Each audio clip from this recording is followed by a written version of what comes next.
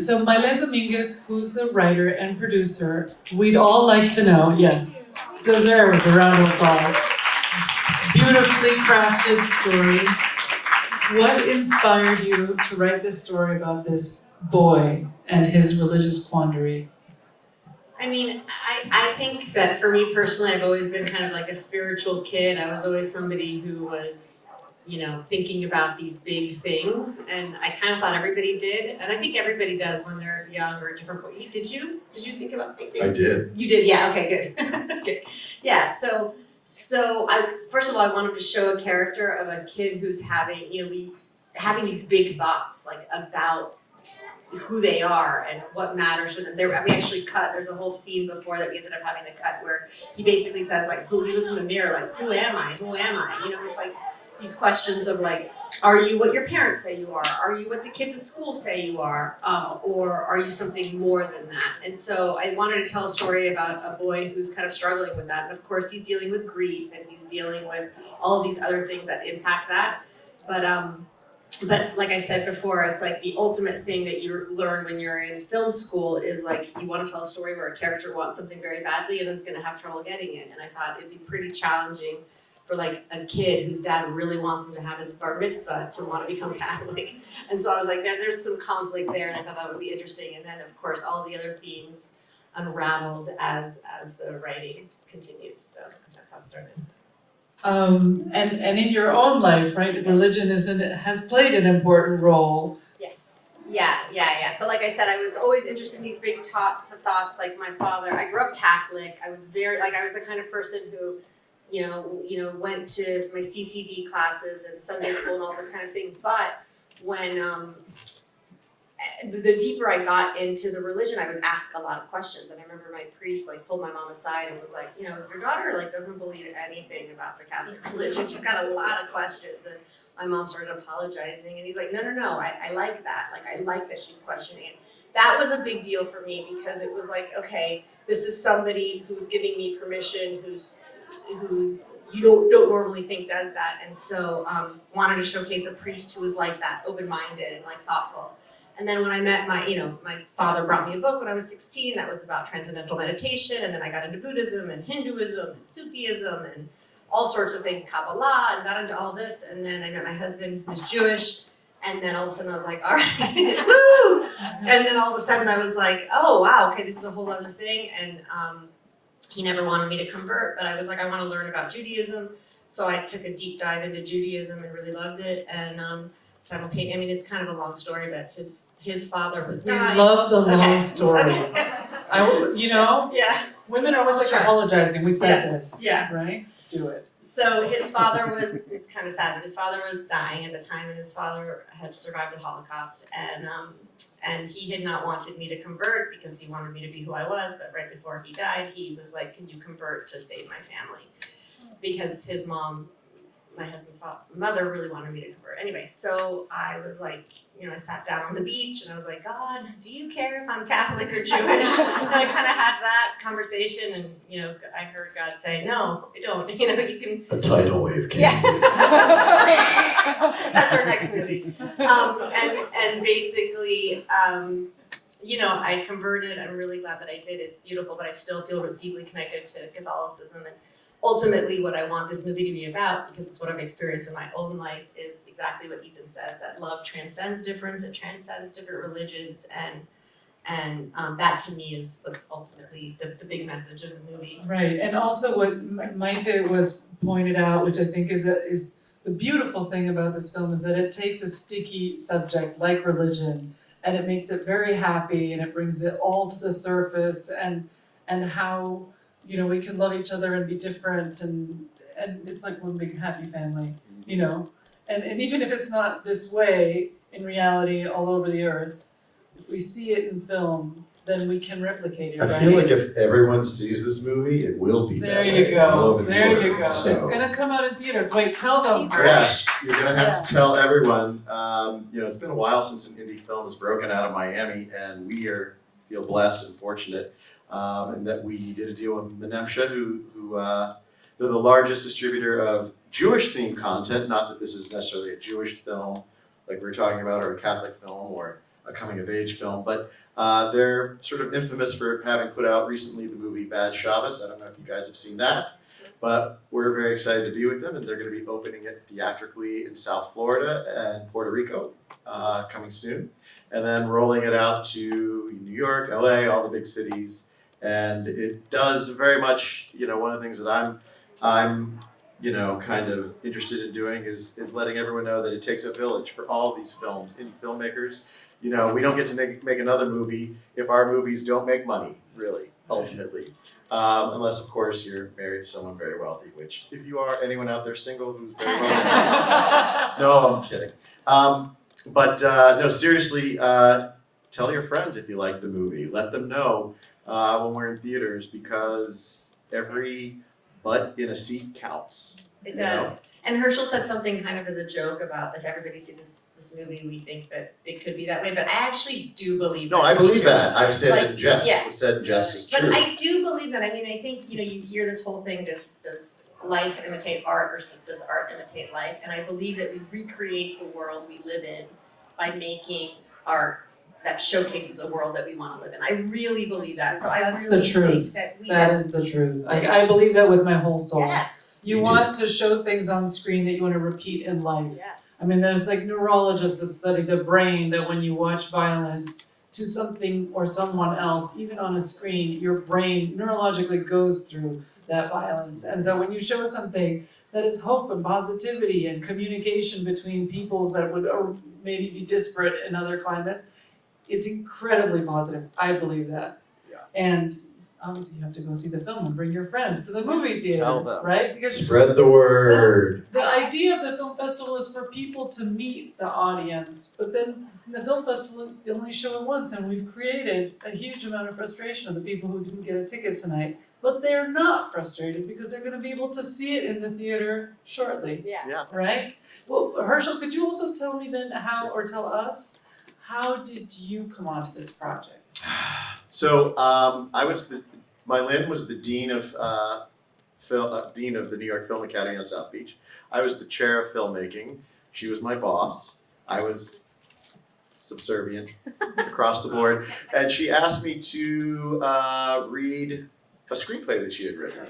And you could see how that could lead to very bad things, because no one wants to tell their boss that they didn't like their screenplay. But it took me a few weeks, but I got around to it, and I remember reading it on my couch on a Sunday and finishing it with a tear in my eye, looking over at my wife and saying, I'm going to direct this movie. So fortunately, I was able to convince Maylen to let me direct it, and we started the process of putting the pieces together. Finding the money is usually the first step, but we kind of jumped that. We were able to connect talent to the project based on the strength of the script, and because we have a fantastic casting director who I've been friends with for years. His name's John Levy. He won the Emmy for ER, for Shameless, for The West Wing, shows you guys would have seen. So he was very helpful to us in getting cast attached, and then we were able to go out and find the talent that we felt was best for the movie. And I feel like everyone just did a phenomenal job. And I don't think I've ever said this publicly, so I'm going to say it now. I'm deeply grateful to Herschel for believing in my script.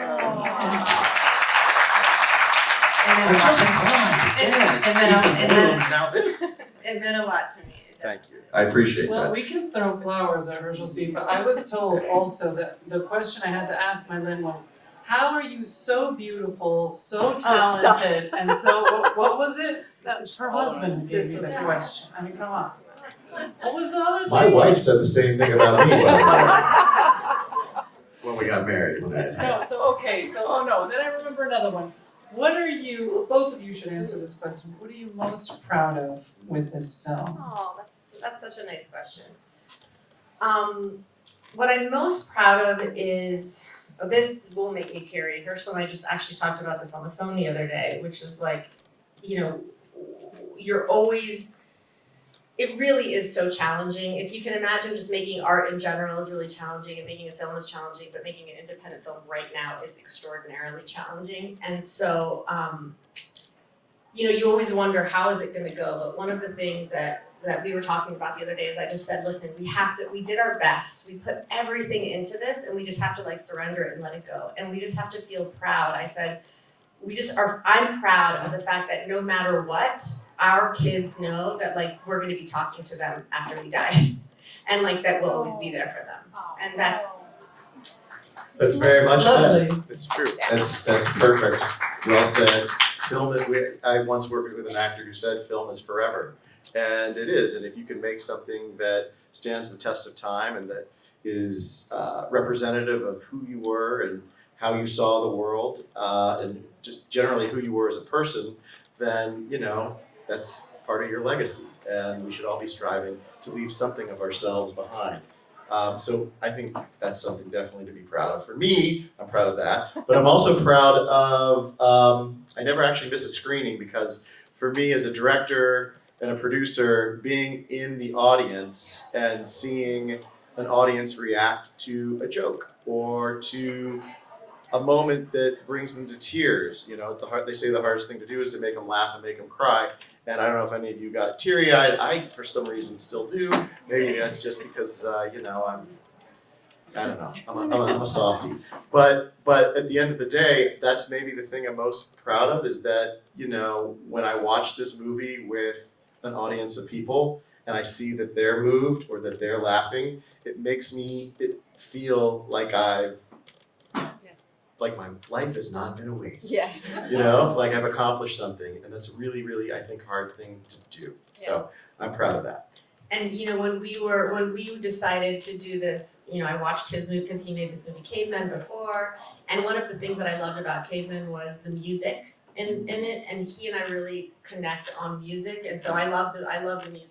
The soundtrack's great. Yeah, I love that really like 80s kind of vibe. Yeah, it's got an 80s vibe, and it just We went for that retro alternative. And also the composed music, I think, is really, really quite sort of poignant. Our composer is phenomenal and really knows how to hammer home the good emotional beats.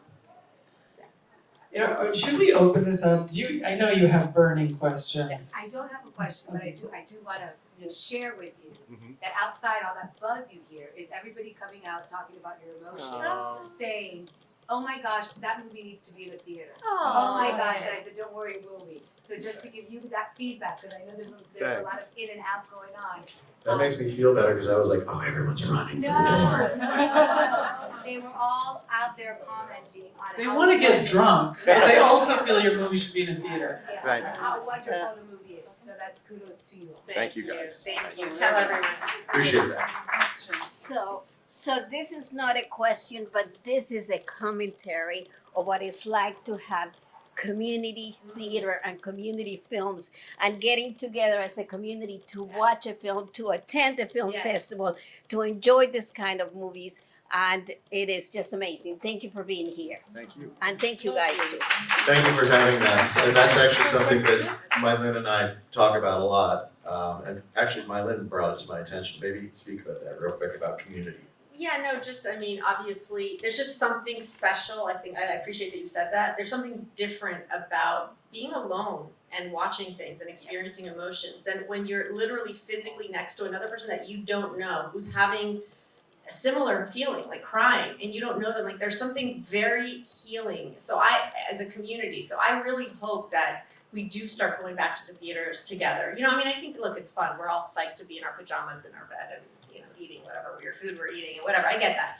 But there's something about being together in a dark room and having these experiences. And yes, it's valuable, but also what you guys are doing here, supporting film, showing up to an independent film, what Isabel, what your team does, what you guys are doing, Mike. Like, this is really powerful because you're creating a space, a platform for us to be able to do this. And you guys are showing up. So thank you to each of you. Big round of applause for these guys. Amazing. Thank you for having us. Oh, there's more questions. You must be absolutely thrilled with the young man who played Ethan. Yes. And I'd love to know a little about him and what you're feeling. He brought so much to this movie. Yeah, his name's Hank Greenspan. He's a child actor, started on the show The Neighborhood. If any of you have seen it with Cedric the Entertainer and Max Greenfield. And he's just this amazingly talented, deeply introspective kid who is kind of a savant. I mean, he just has a unique way of seeing the world, a unique perspective, and he was always the most prepared on set, knew everyone's lines. His process is fascinating in the sense that the way he memorized things at night, I would drive him back, because we're really a hands-on crew here. I would drive him home, he and his mom home, to where they were staying, and he would hang out for a little while with her, and then right before bed, he would sit down with the scenes for the next day, and he would memorize basically everyone's lines, and he'd wake up, and it would be in his head. And I was like, how do I get some of that for me? You know? So, but Maylen has a lot of things to say about him as well, but he's just a really, really amazing, giving, hardworking kid who is a film lover himself, and I think he's a star. He was incredible. Like when Herschel, when we were talking about casting this, it was like, who is going to be able to do this? Like, who is going to be able to sit there and say these things and cry and like have all of these deep emotions? And then, you know, when you interview, we did a lot of Zoom casting because there was a lot of people in LA or New York or whatever. And when we would, you know, when they were doing their audition, and, you know, there's a lot of kids are like performing and whatever. And like he literally, like we were like, so, what'd you think of the script? He's like, yeah, it was good, it was fine. You know, like it was like, we were like, oh, okay. You know what I mean? Like he didn't try to do anything, but just was really deep and had that depth of understanding and that, I mean, I literally breaks my heart in that scene where the dad says, when he goes to his dad, he's like, Dad, you know, when he comes with a little paper and he's like, Dad, I want to get the thing signed. Like, it breaks my heart because he just has this way of being so vulnerable. You know, he's like acting so intelligent and smart the whole way, but like really he's like a little boy who's sad that his mom died and he's trying to like, you know, the church is this one place where he feels accepted. And, you know, so he was able to bring that in a way that we were all the entire He just has it. He has this like intuitive, innate ability to know where he needs to be emotionally in the scene. He's probably the person that I had to direct the least, honestly, which says a lot because we're working with some world-class actors in this movie. So You're all great. I know there was another question around here. She answered your question. Okay. Other questions over there? Oh, I can go over there. I just had two quick questions. One is where, like, how can you find out where the film is going to be shown, when it's going to be shown, like some website or something, because given the distribution? And then two is, did you film it all in Coconut Grove? I mean, where did you film it? We'll answer the first one first. Then you can take where we shot it. Yeah. But we have a website which will obviously be updated, but it's ethanbloomthefilm.com. We have all of our socials, Instagram, Ethan Bloom, for those of you that are on Instagram and Facebook. And you'll be able to pull up Fandango or however you buy tickets, and we'll be on it at some point soon. We're actually, this week we'll find out from Menemsha what dates they're looking at. So you'll hear Stay it tuned. because I will be screaming it from, you know, the top of We can also- the Mutiny Hotel. We can also do a mailing list Oh, to that'd be all the fantastic. people who bought tickets Yeah. for the That'd be film great. festival. That would be great. Go to the And have website for sure, put your name in, and then you'll be updated on everything. That would be the Okay. best way. Oh, that's And then- another thing. Yes, Yeah. you can sign up on our website for that. Yeah, and then if you go to our socials, Yeah. Ethan Bloom will be updating everything. But thank you for But, saying. but Oh, go answer the oh, question about where we we shot. filmed. So we filmed, almost everything was done, well, obviously, Coconut Grove was like, it really was a heart of the story. We wanted to share a story about kind of the old grove vibe and the trees and all of that. So we did filming there. The temple and the church were in Miami Beach. And then some things were in Pinecrest. There were a couple houses that were in Pinecrest. Yeah, a couple houses were in Pinecrest. So that's where we filmed everything, yeah. But it was mostly the Grove. The Grove, yeah. First, I want to compliment the casting was, Yeah. how difficult, this might be like a leading question, but how difficult was it to cast that film? Because your casting was absolutely spot on. Yeah, good Thank you. chemistry between them all. That's amazing. It wasn't difficult at all when you're working with with someone like John Levy. When you're working with a script as good as it is, actors come out of the woodwork. I mean, you guys turn on Netflix and see a lot of crap that's out there. the reality is that when something good comes across an actor's desk,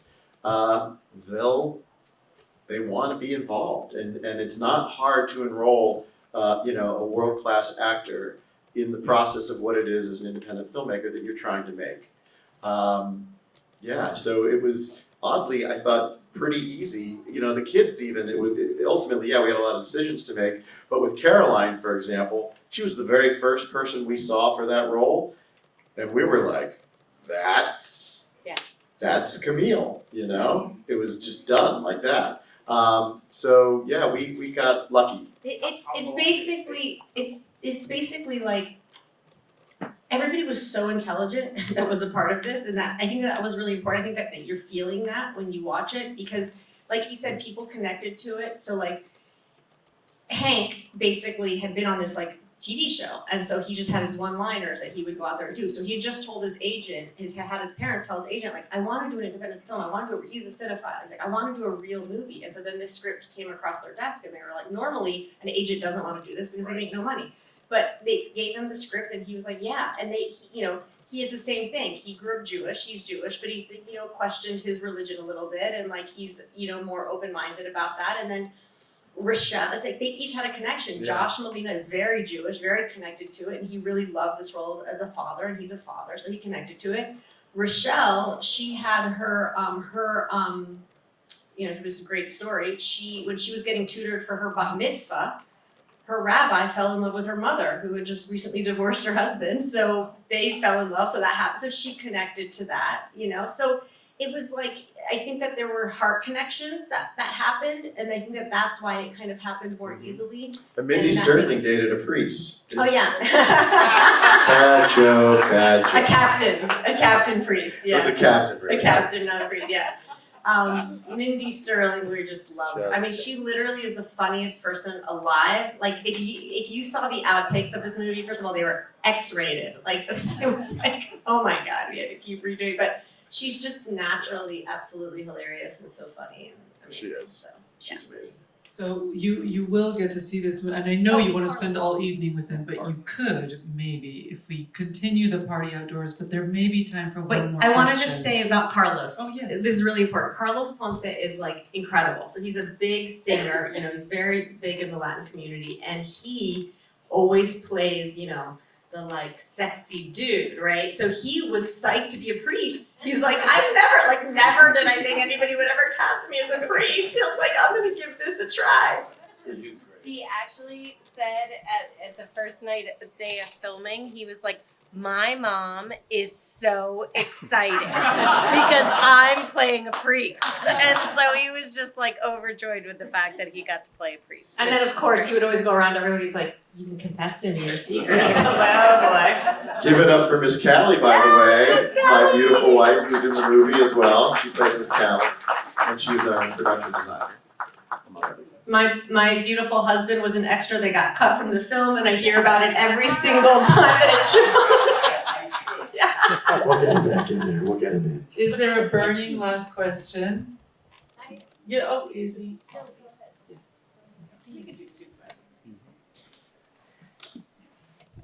I just wanted to say this was like one of my favorite films, and it was really good, and the timing and like the characters were really good. And, yeah, it was a good film. Thank you so much.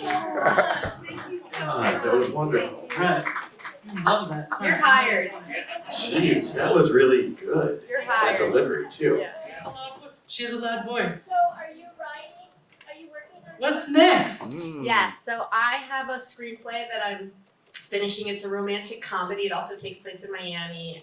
It's kind of the way I'm visualizing it, or the way I'm talking about it. It's like a Crazy Rich Asians meets Bridget Jones' Diary. So it's like Hey. a woman, but it's like big, and so yeah. So I'm doing that, and yeah, working on it. And I am doing a lot of stuff. I'm actually producing a little movie here in Miami. Hopefully, we're in the fundraising piece right now, so anyone who's interested. Yeah. But I'm also putting the finishing touches on a rewrite of a script that I'm going to be directing. It's a comedy called Lunatics in Love. We'll just leave it at that. But it's a really funny little sort of mistaken identity kind of movie. Comedy of errors. which I'm really excited about, that shoots in South Florida. So I think Maylen and I both are really interested in making movies within our community and keeping it going and really, really nurturing, the community and providing jobs for people to go out and keep working and doing what they love. Also, this community is just so special. I mean, part of what makes this movie work is like, where else in the world do you have such a combination of cultures and religions that really harmonize and work really well together? And I feel like we want to showcase that. That's really beautiful, but also just really interesting characters here. It makes for good storytelling. So. And we hope you'll come back with your next Yes. projects. Everyone, Thank please you. give them a warm round of Thank you. applause. And come and party with us For sure. afterwards.